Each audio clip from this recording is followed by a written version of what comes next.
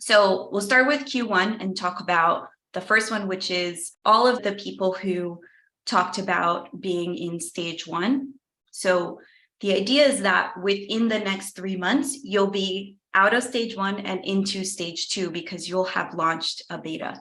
So the 3 here are one-on-one interviews, beta offer design, and then turning your conversations into sales. So to go back, what exactly is a beta launch? A beta launch is a small version of whatever your community experience is going to be that still solves the same problem for your members, but is a little bit easier, a little bit faster, and just usually more hands-on, that you can get out and get it out there and be in community as soon as you can so that you can learn from that experience. So it's like the best way to validate whatever your idea for your community is. And it's really a guess about what your members might want. And the idea is to like learn where you were wrong, learn where you were, and then build on that for the next stage. It's also very importantly, it also should be a test of whether the way that you've structured this business, meaning like the way you've priced it, the type of people you're talking to, is this really for you or do you hate it? Is this not going to be for you long term? A beta is I usually recommend it being not necessarily a membership that goes on forever, but really just a test that is like a limited time, and you're not promising people that they can stay in the community forever or that you're going to serve them beyond the time of the beta. And that's really important so that you have a way out of whatever you agreed to with those people. Like you're agreeing to give them something for that period of time, and then you can pivot and shift that for the next stage. Cool. Does anyone, if you have any questions, you can keep putting them into the chat. Tatiana, okay. A really common question that we actually get, and I'd love for you to offer some color here, is when you think about running a beta like this, what are the numbers and the sizes that people do? How many members are they starting with? What are like the average price points? And like, how long are they doing this defined, hey, like time restricted program? Yeah, the numbers can be tiny because you're not necessarily testing, is this going to work like as like a huge membership community? You're testing like the vibe of what it is when 5 people are in the room and how are they connecting to each other. I do always recommend that they be paid, and the framing, like what the actual beta is, I'll talk a little bit more about like specific different examples of what they can be, but you can get really creative with it, and it might not look like a community like you would think a community needs to look like. You shouldn't need people to be posting in the community every day. You shouldn't need it to feel like an active online community. You're building something so that like you need less people, and the people in it are still getting the value that your community will ideally ultimately provide. And the way you figure that out is the first thing you should do if you're starting now is to get on the phone with as many members as you can, one-on-one interviews, not focus groups, and just chat with them about them, basically. Let them talk to you about all of the, like, you can frame the conversation in terms of, I am building a community about people who ride motorcycles. And you can start with that and then just let them talk to you about the problems that they have around the community. What are the things that are missing? Like leaving it super open-ended for the first conversation. And you can find these people wherever you think you would find your people for your community long-term. So it could be like DMing them on your favorite like social media that you use. It could be asking people to connect you to them. It could be within existing communities that you're a part of that kind of are complementary to what you ultimately want to build.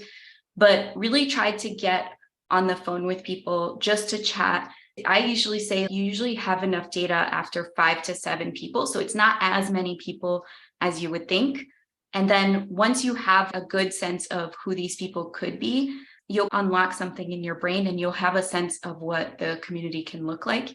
And that's where in your second month, you're spending your time using what you learned from the interviews to design whatever your beta could be. So that's when you're putting together your heartbeat community. Start it really minimal with just like assuming you're going to get a really small amount of people, and put a Google Doc together of what this beta is. Again, like this is very simple. It does not have to be something that is too complicated. It shouldn't be too complicated. People should know that they're joining a beta and this is a work in progress. And then the third month, that's where you're like launching your beta. But what I really recommend is that you go to the people who you've interviewed and maybe a slightly like a smaller part of whatever your network or your audience that you're building, and sell them one by one, invite them into the community one by one. Your beta should be like a really good deal for people, because no matter how much it is, they're going to be getting much more of your own attention.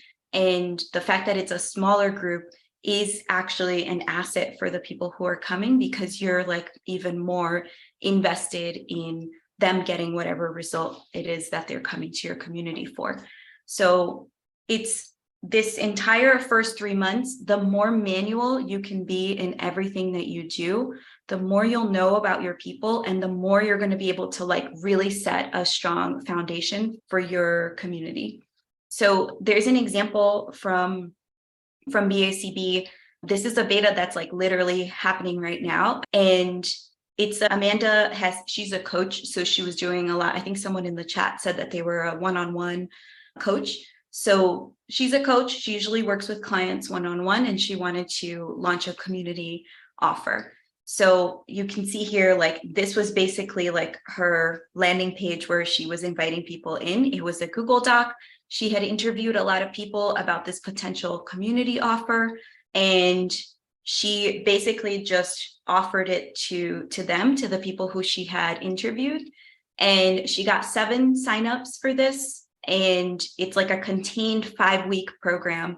And eventually what she's going to do is turn a version of that into a longer term program that's ongoing. And it's more of a membership that people pay for quarterly. But for now, she's like learning a ton about being a group coach for these people and learning about how to balance what she can offer versus what's not going to be sustainable long term. And she's learning that within a container that's not expecting way too much from her, and a container that's going to end. So she's actually like loving the way that it's going. But there are like a few tweaks that she's making. But if she hated it, if she said, actually, I'm just going to go back to doing one-on-one stuff, this was not what I thought, she could like literally finish out the 5 weeks and then move on and do something else.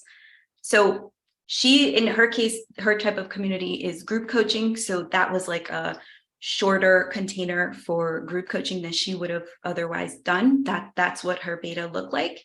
If you are teaching a course, what I recommend is doing some kind of live course cohort, or even just like a workshop or something that is very short term. That could be your beta. If you're a coach or you're starting a membership or something, a virtual weekend retreat, so that you can get your beta all out there, but like in a more intensive, like just couple of days. You can do a challenge where people are coming together to accomplish something by the end of a certain period of time. And you can just do a short-term community experience. So it's a community, but it's only going to be here for 2 months, 1 month, whatever. And within that time, we're going to have these guest speakers, we're going to have these events, this is what we're going to do, but it's a short-term thing that you're not promising that will continue. So I'm going to talk a lot more about betas in a masterclass I'm hosting next week. And let me put this into the chat, because it is a paid masterclass, but I would love to invite you all to come for free. So I just put it into the chat, and it's 2 hours, and we're going to go much more in depth into designing these betas and like the steps of what that looks like. And I think that's next Wednesday, if I'm not mistaken. So yeah, you can sign up for free there. That link already has the coupon applied.